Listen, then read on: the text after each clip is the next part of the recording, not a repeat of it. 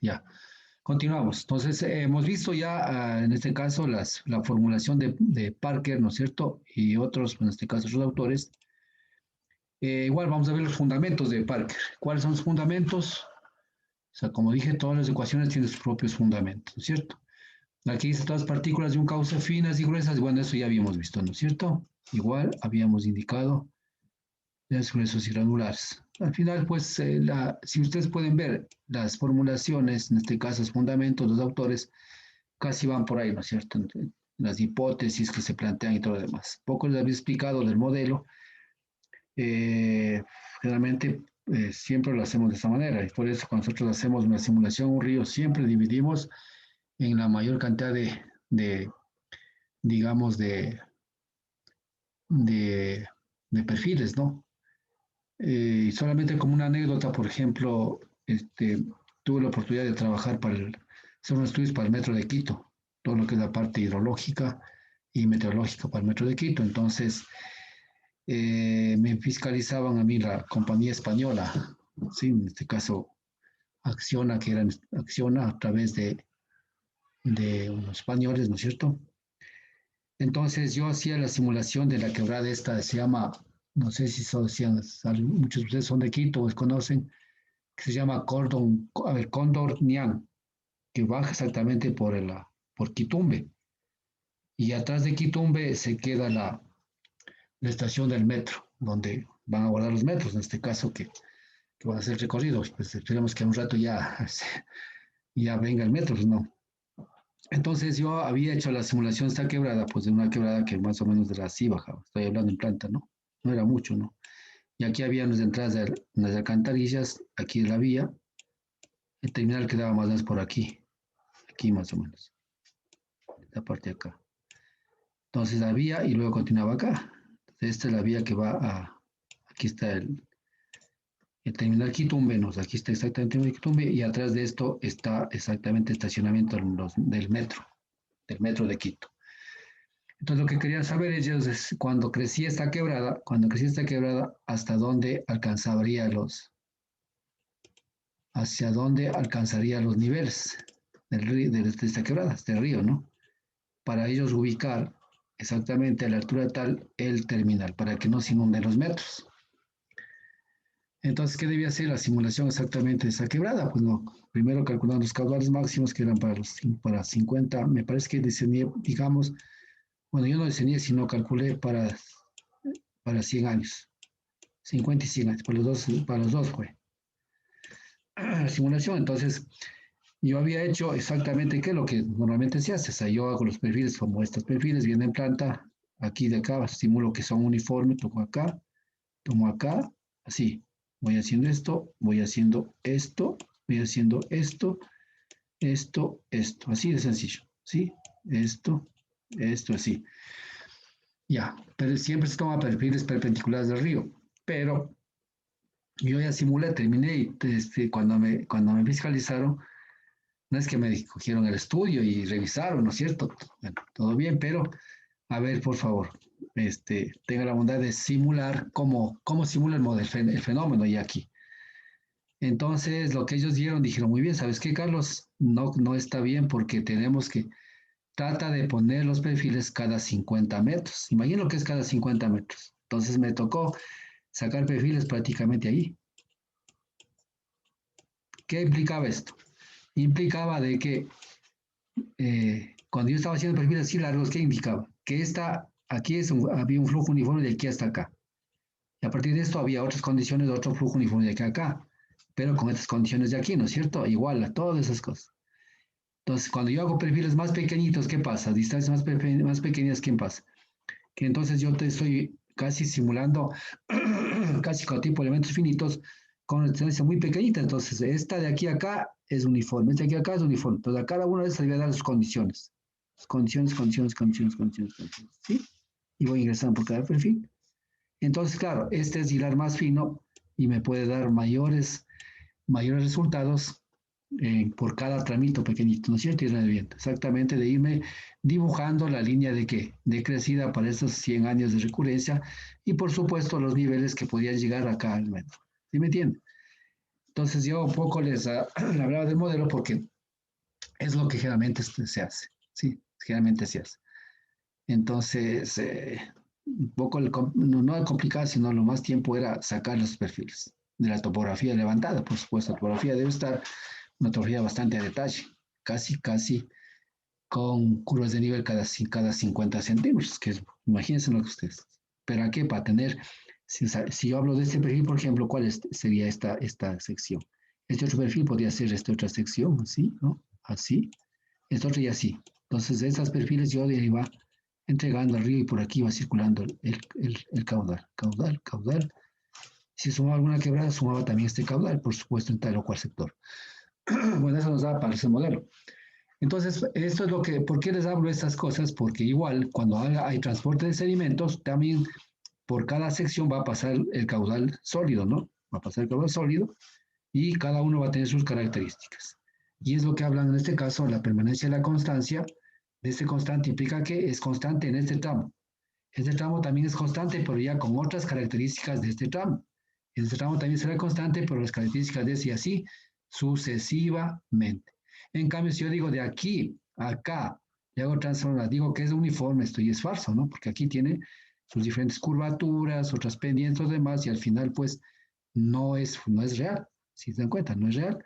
Consecuentemente, estoy indicando de que como que si yo dijera, pongamos un caso, el tramo, el punto 1 es aquí, el punto 2 de acá, estoy diciendo como que este río es así. Y es mentira, ¿ver? No es así, es así. Ya. Entonces, eso que dice acá también las ecuaciones, por si acaso, ¿no? Entonces, para esto tenemos que trabajar este tipo de elementos finitos. Entonces, yo simplemente en ese tramito estoy indicando de que es constante esa cosa. Bueno. Y aquí, bueno, dice por un rango amplio de gastos, exactamente de gastos, que es decir, de caudales, está presente un pavimento formado con materiales granulares gruesos. O sea, en este caso hablamos, en este caso sí es del hecho aquí, ¿no es cierto? Pavimento quiere decir que está consolidado ya los sedimentos en fondo. No sé si me entienden hasta ahí. ¿Estamos correctos? ¿Sí estamos de acuerdo? Sí, profe. Ya. Les cuento eso porque para un poco que vean que todas las cosas sí se aplican en la vida real. Se aplica en la vida real. Vamos a tratar de llegar bien chévere para poder bajar el modelo y trabajar en el modelo también. Entonces ahí van a incentivarse mejor, todas esas cosas. Ya. Los fundamentos de Parker, pues igual que ya vimos, continuamos, ¿cierto? La escala de lastre de fondo es función de la mediana igual. Aquí también toma igual la mediana. Aquí está. Tres partículas igual. Los otros autores toman casi los dos. A ver, ¿cuál es? Solo Bagnol toma la moda. De ahí los dos otros toman la mediana y la primera toma la media. Bueno, aquí hablamos fuerza cortante de Shields, que es 0.06. No representa un buen parámetro de la condición de umbral para el colapso de hecho del pavimento. ¿Se acuerdan que Shields que comenzaba a ser constante a partir de cuánto era? 0.056 era, ¿se acuerdan? Con la demostración que hicimos esos ejercicios del claver. ¿Sí? Este era, en este caso, fuerza cortante crítico, que era calculado aquí, porque ya venía la curva venía así y venía esto ya constante, total constante. Entonces aquí nos daba un esfuerzo constante de 0.056. Con esto ya se hacía constante acá Reynolds, ¿se acuerdan? ¿Sí?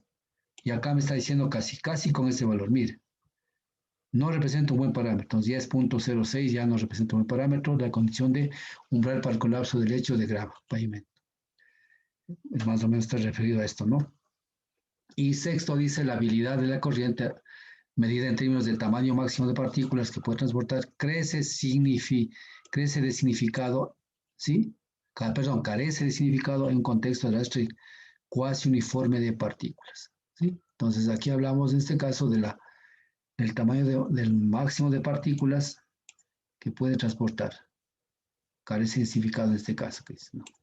Y por último dice el concepto de cauce con pavimento formado por partículas gruesas es esencial en la formulación de hipótesis de movilidad uniforme. Al hablar de este pavimento formado, está hablando de un acorazamiento que prácticamente se da aquí. ¿Ya? Y ya estos ya son sedimentos de fondo, que básicamente vas a formar parte de qué? Ya del lecho, en este caso del cauce. ¿Sí? Entonces, Muy bien, entonces aquí hasta aquí las hipótesis planteadas en este caso por este señor. Vamos a hacer la siguiente fórmula. Hay algunas, habíamos dicho 5 fórmulas, ¿no es cierto? Ya, creo que esta es la última, ¿no? La de Soklich desde el año 62. Sí, la de 62. ¿Qué dice? Propuso una ecuación con base en estudios realizados en canales de aforo y datos de campo. O sea, este compaginó o relacionó entre lo que es datos de aforo, en este caso en canales, ¿no? Canales de laboratorio y también con datos de campo. O sea, hizo las dos cosas. El otro hizo solo los otros hicieron laboratorio, el último hizo solamente en campo y este en cambio corrobora con las dos partes.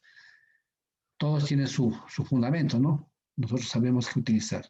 Entonces dice que originalmente esta ecuación se aplicó en corrientes naturales, con lechos de grava.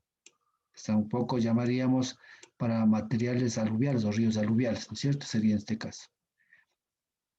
¿Cuál es el valor cuál es, digamos, la ecuación? En este caso, por unidad de ancho, 2.5 sobre qué? Sobre, en este caso, la relación entre la densidad del sedimento y la densidad del agua. Y el caudal unitario menos el caudal unitario crítico. Y también multiplicar eso por la pendiente. ¿Sí? Un poco una ecuación un poco más fácil de obtener, ¿no es cierto? V de qué es descarga de sedimentos de fondo, kilogramos por segundo por cada metro, porque estamos hablando de por caudal unitario, empezar del volumen unitario, gasto unitario crítico de caudal de inicio de movimiento y específicamente el valor crítico está definido por, ¿sí? Ya, entonces, esta ecuación es muy fácil de utilizarlo, pues ustedes ven, hay parámetros que tenemos prácticamente medidos, ¿no es cierto? Y conocidos por nosotros en nuestros ya. Entonces aquí hablaba del caudal crítico. ¿Cómo calcula el caudal crítico? De esta manera, ¿sí? De esta manera. Entonces aquí hablamos en este caso del caudal crítico es igual, está en la relación o está en función de qué, de la densidad del sólido o del material, en este caso de la partícula, sobre la densidad del agua, en este caso, D40. Aquí ya tenemos otro valor que nosotros, en caso de que nosotros estamos aplicando a calcular sedimentos de fondo, ya debemos pedir ya el D40. Nos hablamos arriba, hablamos de un D50, D50 hablábamos del D30, ¿no es cierto? Ahora estamos hablando de D40. Anteriormente hablábamos de un D75, ¿se acuerdan? Sí, y así sucesivamente. Habrá algunos D que nosotros más vamos a necesitar. Y esto nos entrega quién nos da la curva geométrica que vimos inicialmente en propiedades de los sedimentos.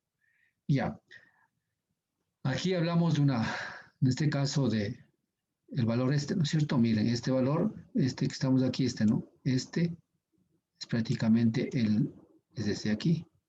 Esto habíamos visto, ¿en dónde habíamos visto? Habíamos visto en propiedades de los sedimentos. Perdón, acá con todo eso, ¿no? Sí, los sedimentos. Entonces, todo este vale 1,65. Ya tranquilamente tomó este valor con esto. Pero la relación entre esta y esta, ¿cuánto vale? 2,65.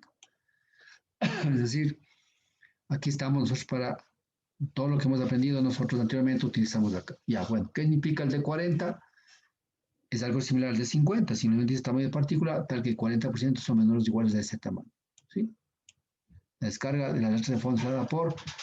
En conclusión, calculado lo que es, en este caso, aplicando el QC y el Q que ya conocemos en este caso, ¿no es cierto? Que es el Q crítico. El otro Q, simplemente, ¿qué es? Es el caudal unitario. En este caso es el caudal grande sobre el ancho del río, ¿no es cierto? Que sería el Q unitario. Ya sabemos calcular hidráulica general, aprendimos a calcular este caudal, ¿no? ¿Sí? Es el caudal unitario. El caudal crítico, para este caso, estamos con esta ecuación. Tenemos las relaciones y al final calculamos que es el caudal, en este caso, por unidad de ancho. En conclusión, el caudal total de sedimento de fondo va a ser igual a la fórmula anterior que calculamos ya el caudal unitario multiplicado por la P específico de sedimento sobre la edad y por el ancho. Y en función de eso sacamos lo que es el valor de sedimento de fondo en el cauce. ¿Sí? Entonces pueden ver, pues es algo que nosotros podemos calcular. Igual esta ecuación también tiene sus fundamentos, ¿no? Tiene sus fundamentos, ¿sí? Entonces hablamos de que el primer fundamento, ¿cuál dice? Dice un valor crítico de gasto unitario debería excederse antes que ocurra el inicio desplazamiento de la partícula, ¿sí? En este caso, de partículas sedimentos, ¿sí? Entonces aquí es como está relacionado, ustedes saben aquí, el gasto crítico va relacionado al calado crítico, va relacionado a la velocidad crítica, o sea, todo crítico. Y también al esfuerzo cortante crítico. Entonces, eso es lo que está diciendo acá. Entonces, todo se da en un compás de relación entre los diferentes parámetros críticos. Segundo, dice que existe un movimiento total derecho no consolidado del cauce una vez que las condiciones críticas se han excedido. Claro, o sea, si está aquí y están aquí están los sedimentos, todavía están aquí depositados, ¿sí? Puede darse un movimiento total de todas esas partículas siempre y cuando, ¿qué? Siempre y cuando aquí exista un esfuerzo crítico o condición de esfuerzo crítico que éstas le pueda mover a la partícula. Sí, cuando se ha excedido, ¿qué quiere decir excedido? Este sea mayor a este esfuerzo que la partícula se opone al movimiento, ¿sí? Al tau. ¿Sí? Entonces, con esto se opone. Si es que este es mayor a este, consecuentemente, toda esta parte de partículas puede ser movimiento. Entonces, ahí existe un movimiento. Al contrario, no hay movimiento de partículas y simplemente sigue siendo este como sedimento de fondo. Luego dice que el tirante y el esfuerzo crítico. Tirante. Entonces, hablamos de este caso aquí. Sería el tirante, que sería este. El tirante Y o el D, ¿cómo se llamaría? ¿No es cierto? Tirante y el esfuerzo crítico, hidráulico crítico, no guarda relación directa con el lastre de fondo. Es decir, quiere decir esto. O sea, si es que yo tengo, pongamos un caso, yo tengo este nivel, este nivel del agua, que sería tirante, ese tirante, ¿sí? Pero también tengo, yo que sé, este nivel más grande del agua. Dice, si tengo otro Y2, pongamos ya este Y1. Entonces dice que el tirante y el esfuerzo hidráulico no guardan relación directa con la H de fondo. ¿Qué quiere decir? O sea, si es que yo tengo mayor cantidad de agua aquí, o sea, en este caso, el tirante también igual al tirante a la estructura de agua, y acá menor tirante, no quiere decir que este arrastra más sedimento y tampoco este arrastra menos sedimento y este más sedimento. Eso es lo que está diciendo. Sino de qué dependerá. Dependerá especialmente de las fuerzas que actúen aquí y que actúen acá. En este caso, el esfuerzo cortante, la velocidad crítica, todas esas cosas. ¿Sí? De eso va a depender más, no de los calados. Es lo que está diciendo aquí. O sea, no tiene relación directa, dice con H de fondo, debido a que con frecuencia las condiciones críticas solo son excedidas en una parte del cauce natural. Claro, depende en este caso de las condiciones de aquí, para que haya arrastre o no de sedimentos de fondo. Sí, entonces nos hace ver en este caso este autor que, digamos, lo que nos tenemos que conocer. Ya. El cuarto fundamento, en este caso, pues, dice, un tamaño efectivo de partícula no es suficiente para describir la variación de los tamaños de partículas, sedimento y su arrastre. O sea, lo que está diciendo este autor es que de pronto, pues, a ver, si bien es cierto, él toma, creo que me toma, ¿cuál toma? El D40 toma, creo que me parece que toma este señor, ¿no es cierto?